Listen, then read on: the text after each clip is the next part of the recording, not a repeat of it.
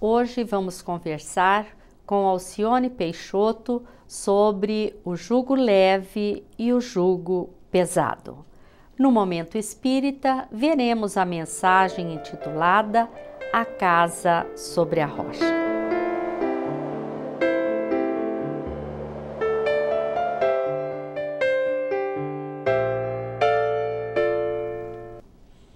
Olá!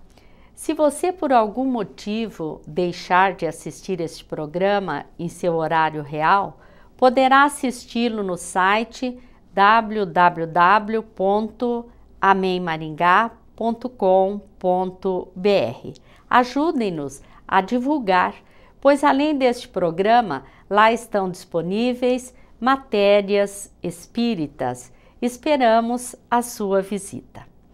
Em São Mateus 11, 28 a 30, está anotado: Vinde a mim, todos vós que estáis aflitos e sobrecarregados, que eu vos aliviarei. Tomai sobre vós o meu jugo e aprendei de mim, que sou manso e humilde de coração, e achareis descanso para as vossas almas. Porque meu jugo é suave e meu fardo é leve. Qual o nosso jugo? Vamos conversar com Alcione Peixoto sobre esse assunto depois do Momento Espírita.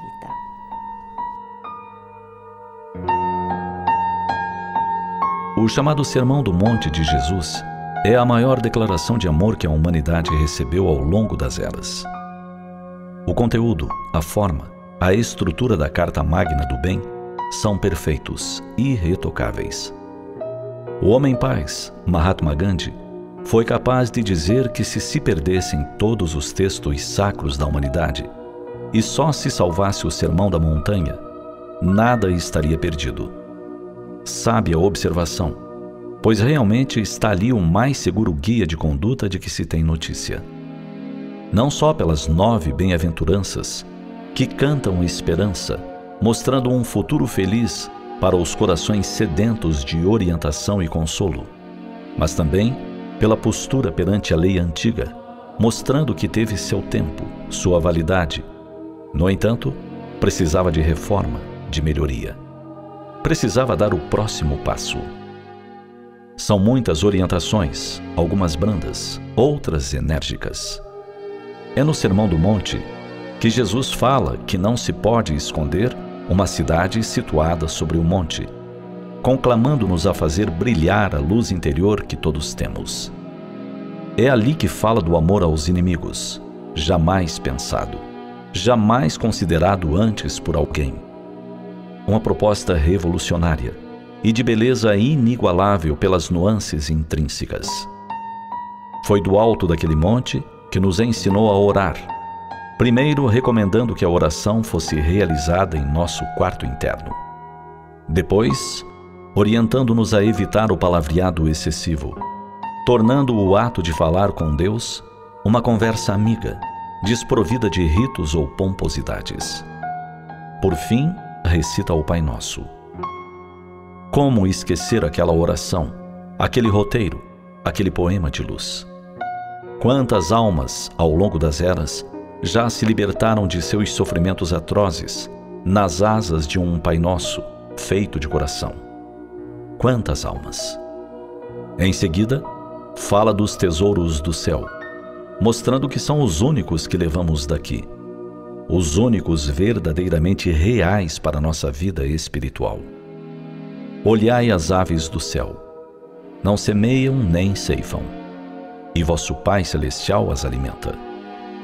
Que consolo aos de vida material sofrida, aos que padecem a falta do necessário, saber que alguém os cuida com carinho. Do alto da montanha ainda diz Jesus: Pedi e vos será dado. Buscai e encontrareis. Batei e será aberto para vós. Fez-nos deuses das possibilidades, das realizações, através de uma vontade pulsante no íntimo. Termina o grande poema de forma majestosa e didática.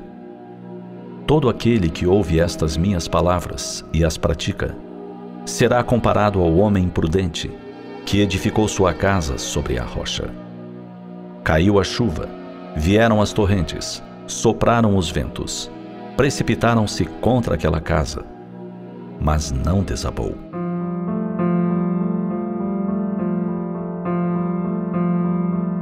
Construir nossa casa sobre a rocha é buscar a prática dos ensinos do Cristo em nossa vida diária. De nada vale conhecer as palavras, os conteúdos, se eles não nos fazem homens e mulheres melhores, se não nos transformam em pessoas de bem. Construir nossa casa sobre a rocha é perguntar sempre: qual o comportamento cristão nesta circunstância? Em cada decisão questionar: qual a decisão que me leva ao bem do meu próximo? Que me transforma em farol de luz sobre os alqueires do mundo atual? É tempo de construir essa nova casa nos dias de hoje, finalmente sobre a rocha.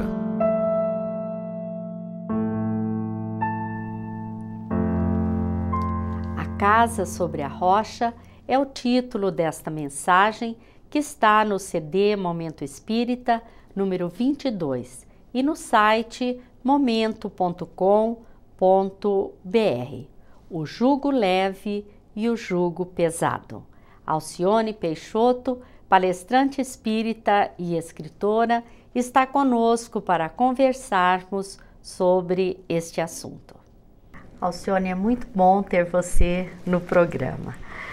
Quando Jesus nos falou que deveríamos tomar o seu jugo sobre nós para aplacar nossas aflições, qual era o significado desse jugo, dessa obediência que nós deveríamos seguir? Antes de tudo, temos que nos reportar aos hábitos da história da época para saber o que era jugo. Uhum. O jugo era, nas guerras, os vencedores colocavam assim 2 espadas na vertical e uma na horizontal sobre essas 2. E fazia com que os vencidos, esfarrapados, feridos, para mais humilhar aquela criatura, aqueles vencidos passassem por ali rastejando, como se rastejassem diante do povo vencedor. Era um jugo horrível e que muitas vezes muitos eram mortos ali, sobreviviam à guerra, mas eram mortos pelo seu próprio orgulho, porque não queriam se arrastar diante daqueles inimigos. Era um ódio muito grande, alimentado ali, e eles não queriam passar sob o jugo, né? Essa armadilha que eles construíam para humilhar mais o povo vencido.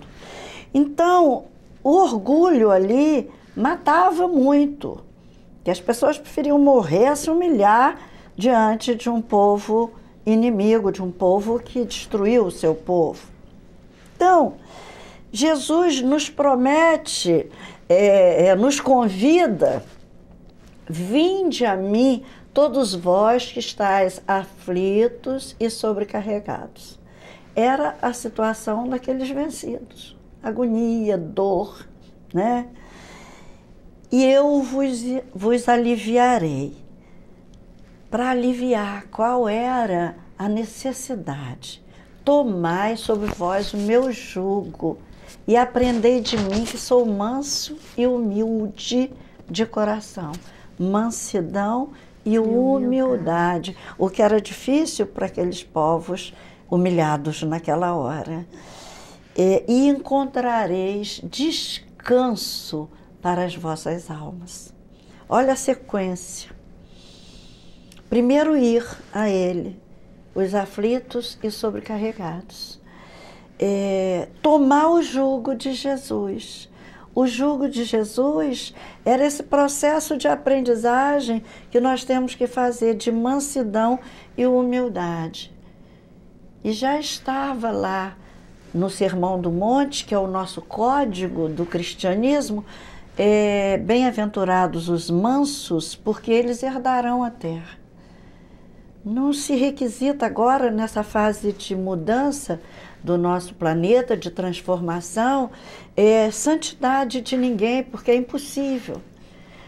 Requisita-se tão somente um pouco de delicadeza e de mansidão. Abafar o ego, porque esse ego que aflora, que rebate, que devolve a pancada como ela veio, é uma fase animal, e nós estamos passando dessa fase animal. Por isso a terra vai ser herdada pelos mansos, por aqueles que já não se ofendem mais tão facilmente. Não é pelos santos, isso é impossível. Essa reforma imediata é impossível. Então, aprendei de mim que sou manso e humilde de coração. A pergunta era o quê mesmo? Eu reportei a história. Qual que era o significado desse jugo? O jugo de Jesus é justamente essa adequação a esse valor novo que ele trouxe com o Sermão do Monte. O Sermão do Monte é o código. Não podemos falar em cristianismo sem falar do Sermão do Monte. E ali está o código de relacionamento com Deus e o relacionamento com os homens, que desde sempre se buscou, desde os 10 mandamentos de Moisés, que nós temos os mandamentos de relação com Deus e os mandamentos de relação com os homens, que são em maior número. Então, o nosso processo passa pela nossa relação uns com os outros, o nosso processo evolutivo. E o significado de tomar o jugo de Jesus é justamente destruir esse ego que faz mal a nós mesmos e a todas as pessoas, para construirmos-nos sob uma nova ótica, uma ótica de harmonia, de pacificação, de amor, de paz. Penso eu. Será correto considerar que o jugo que Jesus nos ensina é leve, mas nós é que ampliamos o seu peso e por isso ele nos parece mais pesado, Alcione? Esse amor próprio muito grande nos leva a considerar que não merecemos dores nenhuma. Então, a qualquer dor, nós nos sentimos abandonados, a qualquer perda, a qualquer sofrimento, sentimos que estamos sendo injustiçados. Isso é por excesso de amor próprio. A dor pode bater na casa do vizinho, mas na minha não. Igual uma moça que eu ouvi uma vez fazendo uma visita no enterro do pai, e ela dizia assim: porque o meu pai, porque logo o meu, tanto pai. Ela era jovenzinha, e eu fiquei assim, meu Deus, que coisa interessante. O dos outros pode ir, não temos ainda essa visão ampla. Então, o jugo de Jesus fica leve, porque quando a gente se dispõe a seguir esse caminho que Jesus nos oferece, a nos inserir nessa revelação divina de Jesus, a nos abafarmos um pouco mais, nós estamos sobre a proteção da lei. E contra a lei de Deus não há força maior que a vença. Então, nós estamos sob a proteção de espíritos simpáticos à nossa conduta. Quando nós agimos no bem, nós criamos uma rede imensa de vibrações favoráveis a nós. Então, com essa vibração, com essa união, com esses elos, né, nós suportamos melhor a dor. Então, o jugo debaixo do Evangelho de Jesus, das normas que Jesus nos trouxe, ele fica suave. Sempre acreditamos nos anjos.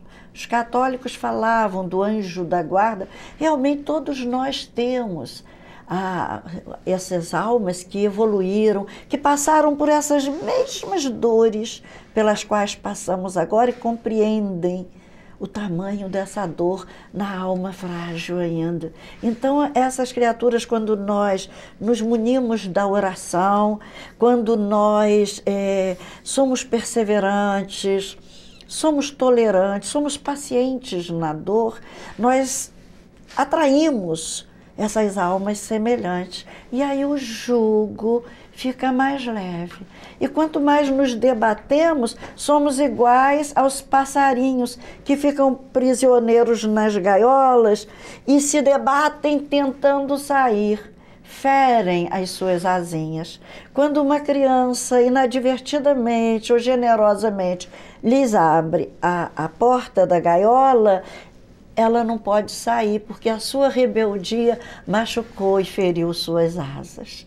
Então, quando nós nos adequamos às nossas necessidades, à nossa dor, o que eu disse ontem, que eu fui ao homeopata no Rio, na véspera de vir para cá, e falei de uma dorzinha no coração. Eu fiz uma cirurgia cardíaca grande agora há pouco tempo, e ele disse assim para mim: mas como viver sem dor? A dor transforma o mundo. Como viver totalmente sem dor? Eu que já detesto tomar remédio para dor, analgésico, não me encho de remédio, não tomo remédio sem o médico aconselhar, eu me surpreendi com a visão dele, para nós espíritas, perfeita, né?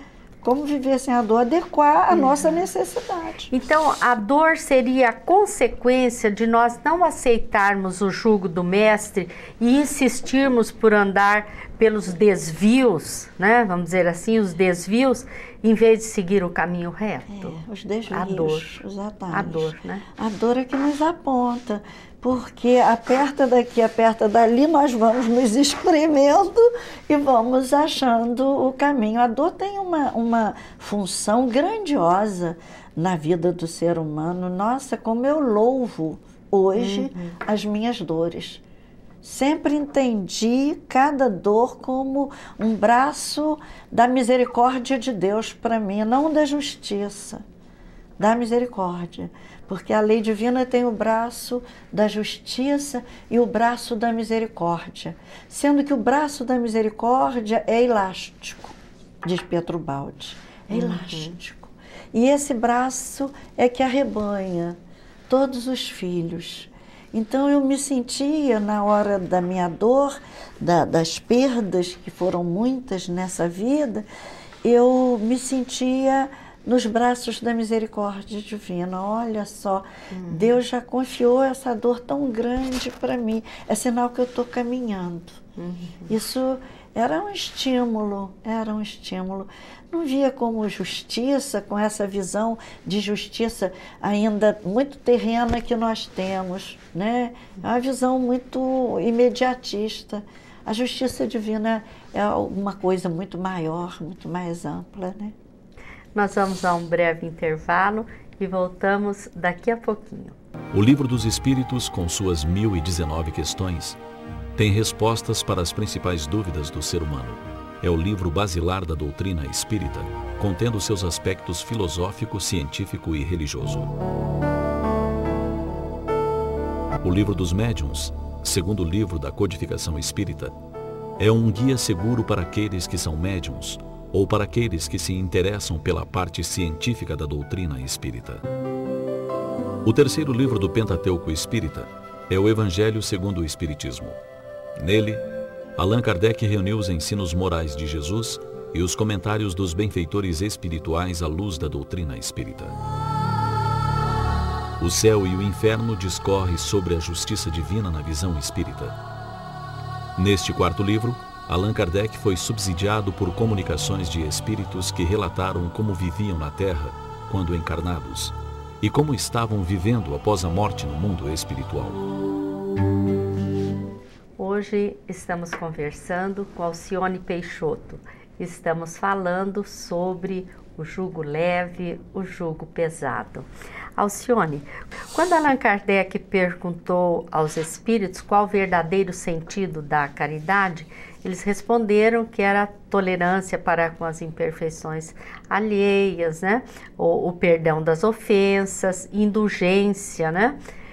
Como que você explicaria essa resposta? Essa caridade, nós, na verdade, nós nos exercitamos a sair de dentro de nós mesmos, a contemplar as necessidades dos outros pela caridade material. Para mim, é assim, a primeira forma de caridade, passa por um processo de aprendizado em que a caridade material se me afigura como se fosse uma alfabetização para sair de dentro de nós, para renunciar a alguma coisa de que a gente gosta para dar ao outro. Assim começou a doutrina espírita, com essa caridade material. Mas a verdadeira caridade é essa que Kardec nos aponta: a indulgência, a tolerância, a paciência. E por isso eu me referi agora há pouco no pequeno rebanho, o nosso grupo mais íntimo, onde os desafios de tolerância, de paciência, de indulgência é maior, porque nós estabelecemos uma relação de intimidade muito grande no círculo familiar. E aí a gente conhece os defeitos de toda a gente, tem uma tendência a apontá-los a cada momento. Por isso o processo de regeneração da humanidade não se dará se não passar pelo pequeno rebanho, pelo grupo menor, seja o nosso grupo religioso, onde nós encontramos pessoas com quem temos dificuldades, seja o nosso grupo familiar, o nosso grupo social, nosso grupo profissional. É aí que nós temos um campo magnífico aberto de testes de indulgência, de paciência e de tolerância. Essa é a real caridade. E nós estamos agora partindo para ela. Daí a mansidão que Jesus nos pediu. Sou manso e humilde de coração. Para ouvir as verdades a nosso respeito no círculo familiar, nós precisamos de muita humildade. Certo.